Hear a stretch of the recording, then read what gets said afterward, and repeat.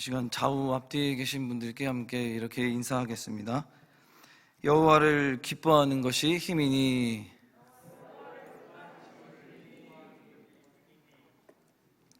아멘이십니까?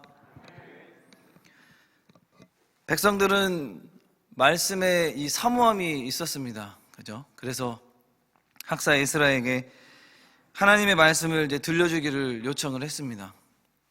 그래서 그들의 요청에 의해서 이제 남녀노소할 것 없이 모든 백성들이 다 함께 수문 앞 광장에 모여서 새벽부터 정오까지 읽어주는 이 하나님의 율법을 말씀에 귀를 기울였습니다. 그래서 에스라와 이 지도자들이 함께 하나님의 말씀을 읽고 또 그 뜻을 해석해서 또 그 말씀을 깨닫게 하는 순간 바로 백성들이 그 율법의 말씀을 듣고 이제 울게 되는 그런 일이 일어나게 되었습니다. 본문 8절 9절 말씀을 읽지 않았는데요, 제가 읽겠습니다. 하나님의 율법책을 낭독하고 그 뜻을 해석하여 백성에게 그 낭독하는 것을 다 깨닫게 하니 백성이 율법의 말씀을 듣고 다 우는지라. 총독 느헤미야와 제사장 겸 학사 에스라와 백성을 가르치는 레위 사람들이 모든 백성에게 이르기를 오늘은 너희 하나님 여호와의 성일이니 슬퍼하지 말며 울지 말라 하고. 아멘. 하나님의 말씀을 듣고 난 후에 이제 뭔가 변화가 일어났습니다. 그런데 울게 됐죠. 근데 그 울게 되는 이유가 바로 왜 울게 되었냐면 하나님의 말씀의 은혜는 바로 먼저 깨닫게 하시는 은혜가 있었다라는 것입니다. 깨닫게 하는 은혜.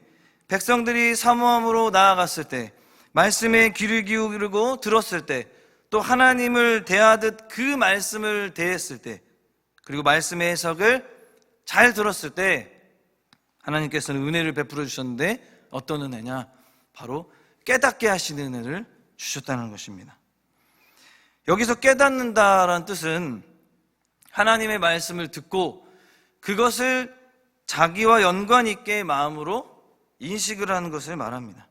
즉 이 하나님의 말씀을 듣고 그것을 자기 것으로 받아들이는 것을 말하는 것입니다.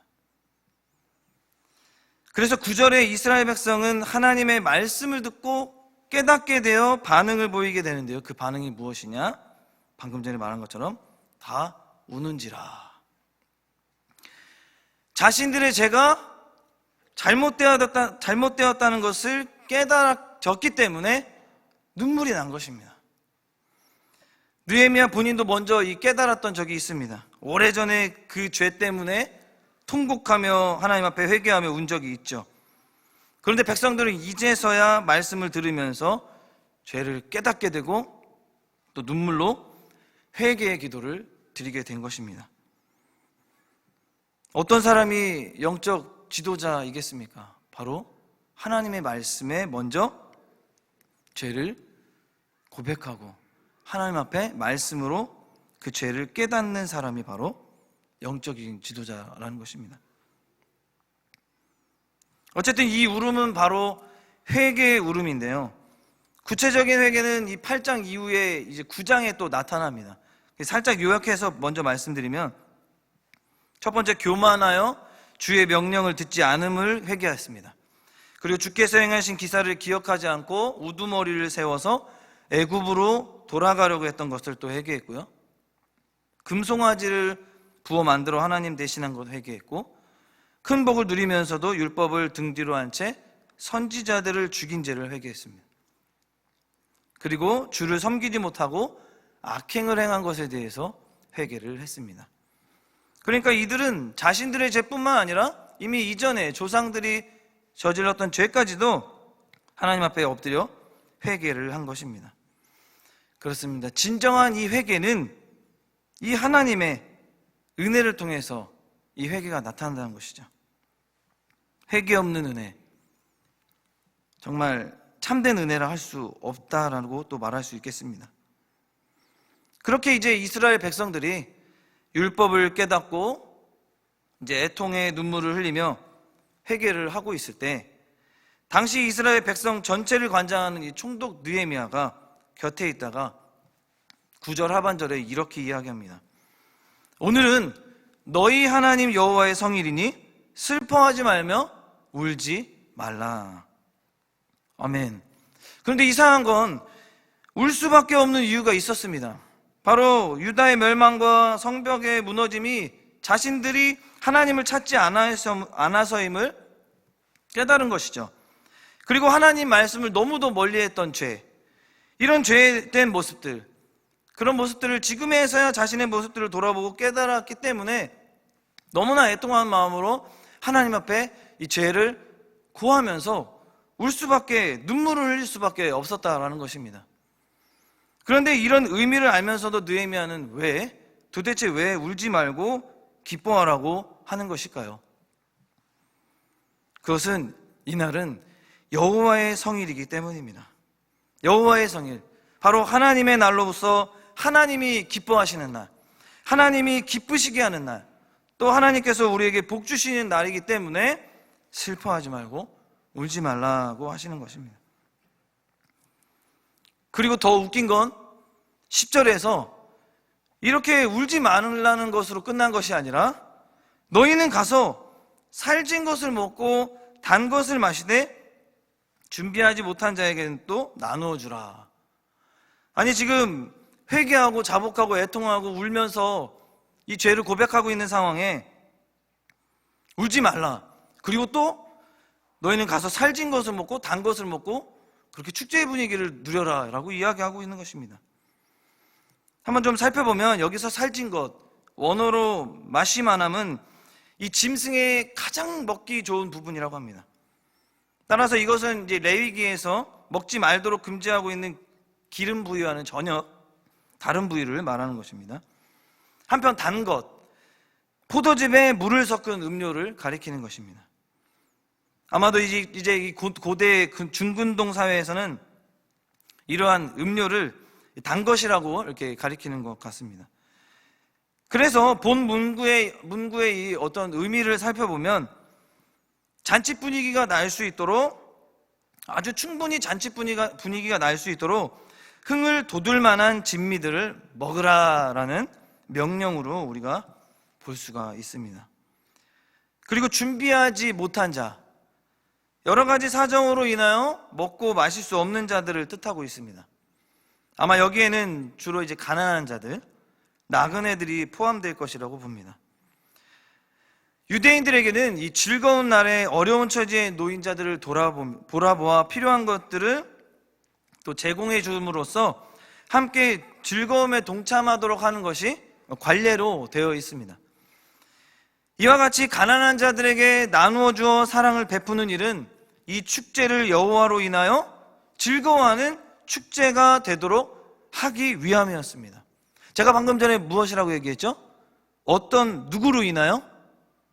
우리만의 축제가 아니라 여호와로 인하여 즐거워하는 축제가 되어야 한다는 것입니다. 즉 백성들은 도움을 필요로 하는 자들에게 바로 하나님이 내 이웃을 내 몸과 같이 사랑하라고 하셨던 말씀처럼 우리만의 축제가 아니라 도움이 필요한 자들에게까지 자비와 긍휼을 베품으로써 하나님께서 자신들에게 베푸신 그 은혜를 회상하며 함께 기뻐할 수 있는 축제가 되도록 해라 라고 이렇게 말씀을 하고 있는 것입니다.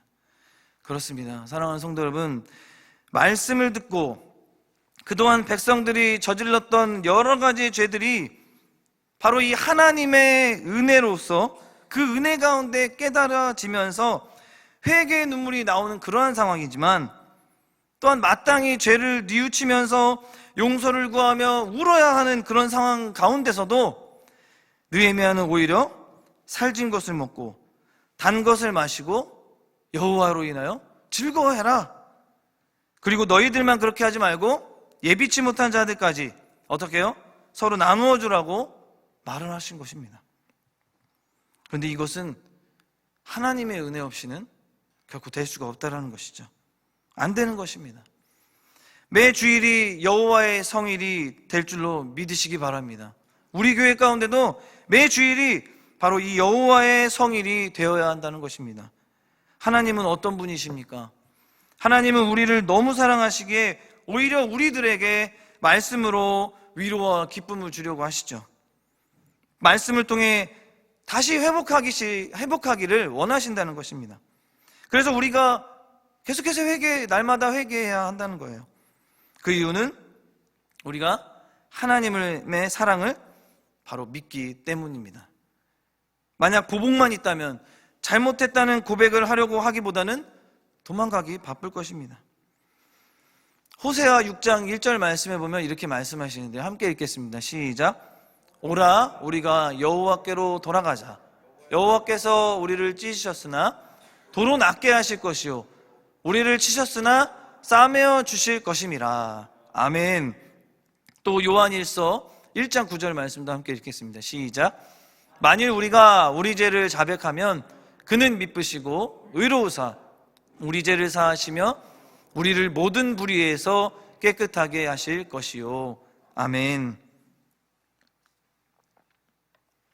그렇습니다. 내가 말씀 앞에 은혜 받고 회개할 때 하나님은 우리 마음에 위로와 기쁨이 넘치게 할 줄로 믿으시기 바랍니다. 그러므로 느헤미야 이 본문 이 10절이 더 중요하게 우리에게 다가오는 것 같습니다. 오늘 말씀의 제목이기도 한데요. 10절 말씀도 함께 읽겠습니다. 하반절에 제가 말씀드리겠습니다. 하반절에 여호와로 인하여 기뻐하는 것이 너희의 힘이니라. 아멘이십니까?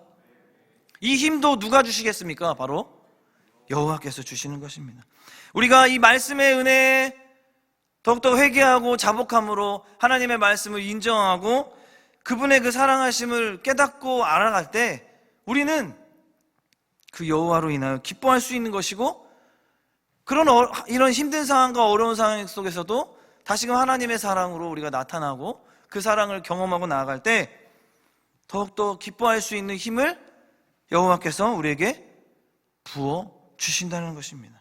우리의 힘으로는 할 수 없죠. 그러나 하나님께서 그 힘을 우리에게 부어 주신다는 것입니다.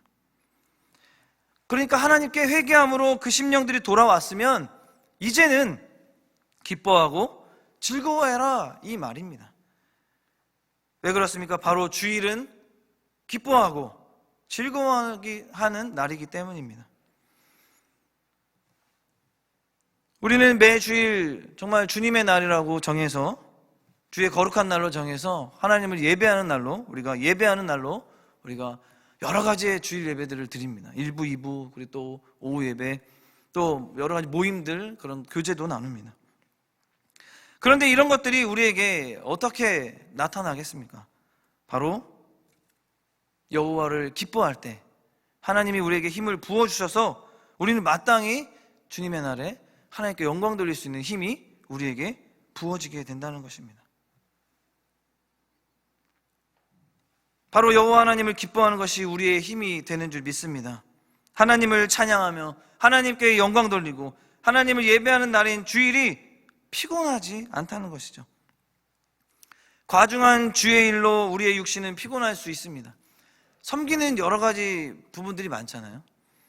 찬양대로, 또 이제 앞으로 식당 봉사도 하시고요, 또 안내위원으로, 또 주차위원으로, 또 여러 가지 당회에서, 장로님들 당회에서, 또 부교육자들은 또 그 맡겨진 사명들, 또 맡겨진 직분자들에게 여러 가지 그 주일에 맡겨진 사명들을 하기 위해서 에너지를 쏟는다는 것입니다.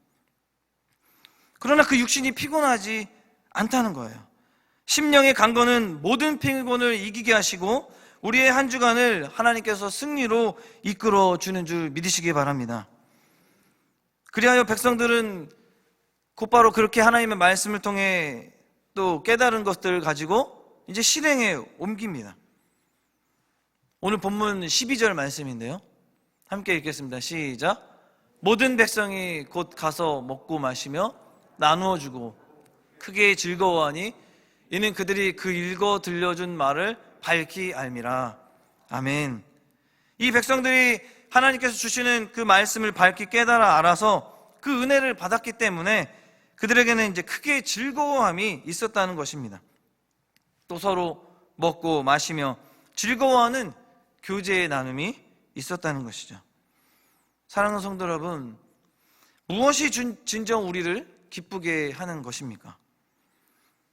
일단 우리가 하나님 전에 나왔을 때 하나님 말씀을 듣고 그 말씀에 은혜를 받는 것, 그것 자체가 우리에게 기쁨이 되는 줄 믿습니다. 그리고 하나님을 더 알아가게 되고 하나님의 말씀으로 또한 회개함으로 자복함으로 돌아간 것, 그것이 우리에게 있어 기쁨이 되는 것입니다. 그래서 이 기쁨이 교회 안에서도 또 성도들에게 일어나기에 성도의 교제가 있게 되는 것이죠. 먼저 한번 생각해 보면 세상의 사귐을 한번 예를 들어 보겠습니다. 어떤 것이 있습니까? 많은 종류의 사귐이 있겠죠. 가장 기본적인 남녀의 사귐부터 시작해서 같은 취미, 또 생각, 철학, 또 같은 직업, 또 목표 등등 다양한 이유와 목적을 가진 사귐이 있습니다. 그런데 세상 속의 사귐은 그 다양한 동기와 목적이 분명히 있다는 거죠. 돈, 물질, 쾌락이라는 것이죠. 그래서 세상의 이 사귐은 돈이 안 되면 또 모이지 않게 되고 재미가 없어요. 쾌락이 없어요. 그러면 만나지 않게 되는 것입니다. 자신의 이익을 추구하기 위해서 사귐을 전제로 삼는다는 것이죠. 그러다가 자기가 그 이익이 못 미치면, 자기가 뭔가 자신의 이익을 추구하기 어렵다면 그 사귐을 중지하게 되고 그 사귐을 하기가 어려워진다는 것입니다. 그러다 보면 서로 배신하게 되고 또 상처도 주고 또 사기도 치게 된다는 것입니다. 그런 사귐의 모임들이 여러 가지 이유들로 인해서 이익을 추구하기 위해서 그 모임들이 이렇게 진행이 된다는 것이죠. 이건 좀 극단적이고 안타까운 상황일 것입니다. 하다못해 또 교회를 정할 때에도 나에게 이익이 될 만한 교회, 그리고 또 재미있는 교회, 또 시설이 잘 되어 있는 교회를 찾는 그런 경우도 있다는 것입니다. 그러나 교회에서의 교제는 이런 게 아니죠. 세상의 어떤 친목 단체와 사귐, 그런 같은 사귐이 또 즐거움이 없어야 된다는 것입니다. 아니라는 것이죠. 요한일서 1장 3절에 이렇게 말씀하십니다. 함께 읽겠습니다. 시작.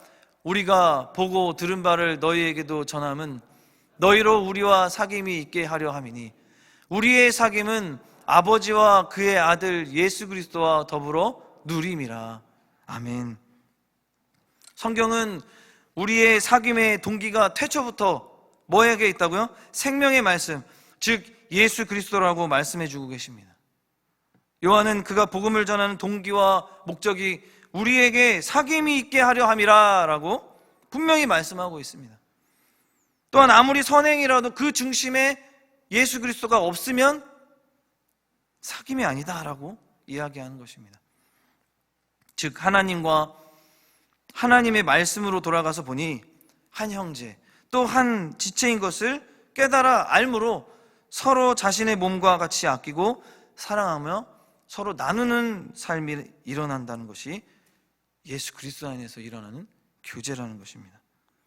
사랑하는 성도 여러분, 우리 교회에 이런 의미의 진정한 교제가 있어야 될 줄로 믿습니다. 그저 취미가 맞고 생각이 각고해서 생겨진 그런 하나됨이 없는지 한번 돌아보시기 바랍니다. 그것은 주님이 원하시는 교회의 단체가 아니라는 것이죠. 세상적인 모임을 교회의 성도의 거룩한 교제로 생각해서는 안 될 것입니다. 때론 우리 교회가 이 성도의 교제가 좀 부족할 수도 있습니다. 차라리 성도의 교제가 부족해도 좋으나 비뚤어진 하나됨은 없어야 된다는 것입니다. 예수 그리스도를 중심하여 온 지체가 하나 되는 그런 교제가 아니면 실은 교회를 세우는 것 같아 보이지만 오히려 허무는 것이 될 수밖에 없을 것입니다. 만약 이런 것이 있으면 속히 허물어야 할 것입니다. 어떻게 하든지 우리는 하나 되어야 하지만 그 중심에 그분이 빠지시면 안 되죠. 예수 그리스도 중심으로 한 다른 모든 이에게 이색됨이 없이 그 은혜를 나누기 위한 사귐이 되어야 할 줄로 믿습니다. 우리가 올 한 해 이제 올 2022년도 표어도 예수 그리스도 안에서 함께 지어져가는 교회라고 표어가 되어 있습니다.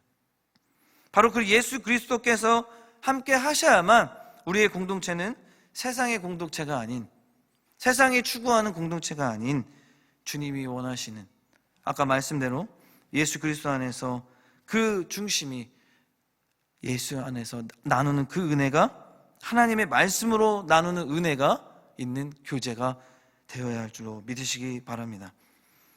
이렇기 때문에 우리 각자가 하나님의 말씀으로 심령의 부흥이 먼저 일어나야 한다는 것입니다.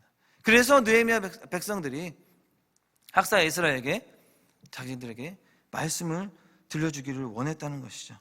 그들의 성벽 재건, 외형적인 성벽 재건은 성공했습니다. 그러나 그들 안에 있는 심령 부흥, 그 심령의 부흥이 일어나지 못했기 때문에 그들은 자신은 그것들을 깨닫고 이제 심령의 부흥이 일어나기 위해서는 하나님의 말씀이 강력히 우리 가운데 일어나야 한다라고 그들이 외치며 부흥운동을 했다라는 것입니다.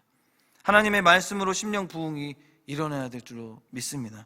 이것 아니면 마귀가 틈타게 되고 우리를 넘어뜨리려 할 것입니다.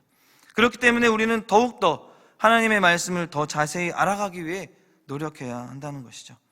그래서 백성들은 이제 더욱더 하나님의 말씀을 더 자세히 알기를 원했습니다. 그래서 13절에 보면 백성의 지도자들이 에스라 있는 곳으로 또 찾아가게 되죠. 그런데 그들은 거기서 하나님의 율법책을 보니 초막절을 지킬 때가 가까운 것을 발견하게 됩니다. 15절 말씀을 제가 읽겠습니다. 또 일러스되 모든 성읍과 예루살렘에 공포하여 이르기를 너희는 산에 가서 감람나무 가지와 들감람나무 가지와 화석류 나무 가지와 종려나무 가지와 기타 무성한 나무 가지를 취하여 기록한 바를 따라 초막을 지으라 하라 하였는지라. 아멘.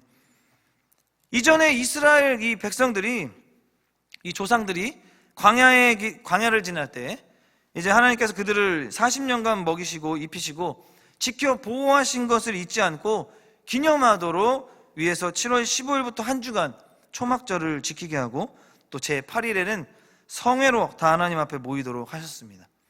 그러나 그들이 자신들을 돌아보니 저희 조상들이 이 초막절 행사를 너무 소홀히 여긴 것이 드러나게 된 것이죠. 또 그들 자신은 포로된 자들로서 이 절기를 지킬 수가 없었습니다. 그러나 이들이 잊고 있었던 이 초막절 행사를 지키라는 이 말씀을 실천하기로 결심한 것이죠. 그래서 초막절에 그들은 실제로 나가서 스스로 나뭇가지를 가져와 지붕이나 뜰 안에 또 하나님 절 뜰에 그리고 거리 혹은 수문 광장 등에 초막을 지었습니다.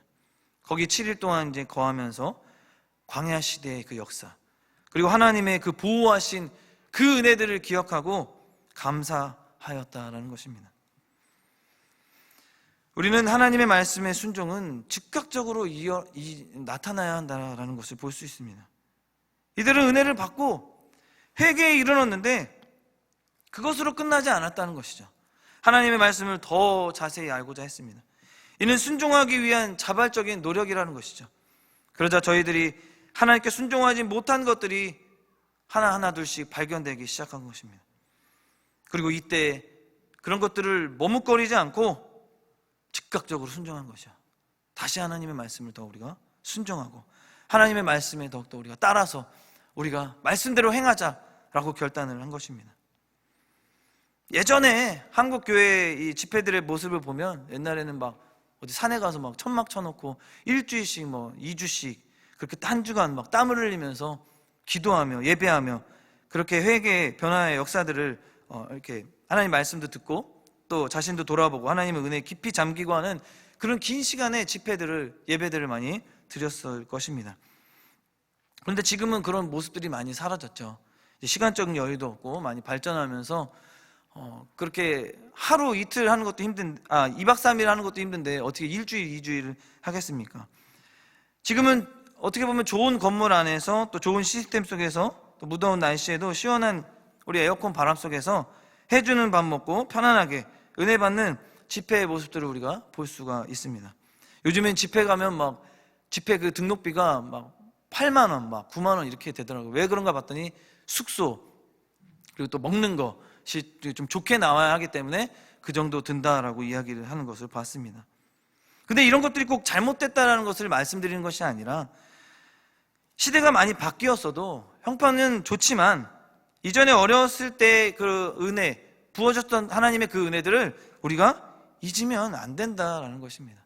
100년 전 이 땅 가운데 부어주신 그 회복의 은혜, 또 우리 교회 가운데도 수많이 그렇게 신앙의 선배들로서 부어졌던 그런 말씀의 은혜들, 그런 것들을 같이 우리가 기억하면서 더욱더 우리가 이 시대 가운데 지금 우리가 신앙생활하고 있는 우리들도 그때 하나님이 허락하셨던 그 은혜들을 우리가 다시 동일하게 받고 기억하면서 더 하나님의 말씀대로 순종하며 하나님의 나라와 영광을 위해 쓰임받기 위해 노력을 해야 한다라는 것을 말씀드리고 싶은 것입니다.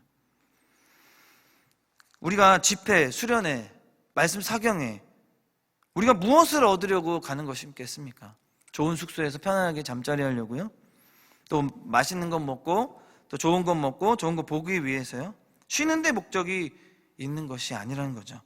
여가를 즐기러 가는 일이 목적이 아니라는 것입니다.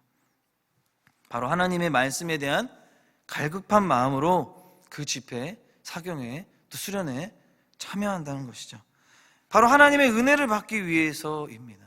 그 말씀의 은혜를 통해서 변화를 받기 위해서 간다는 것이죠.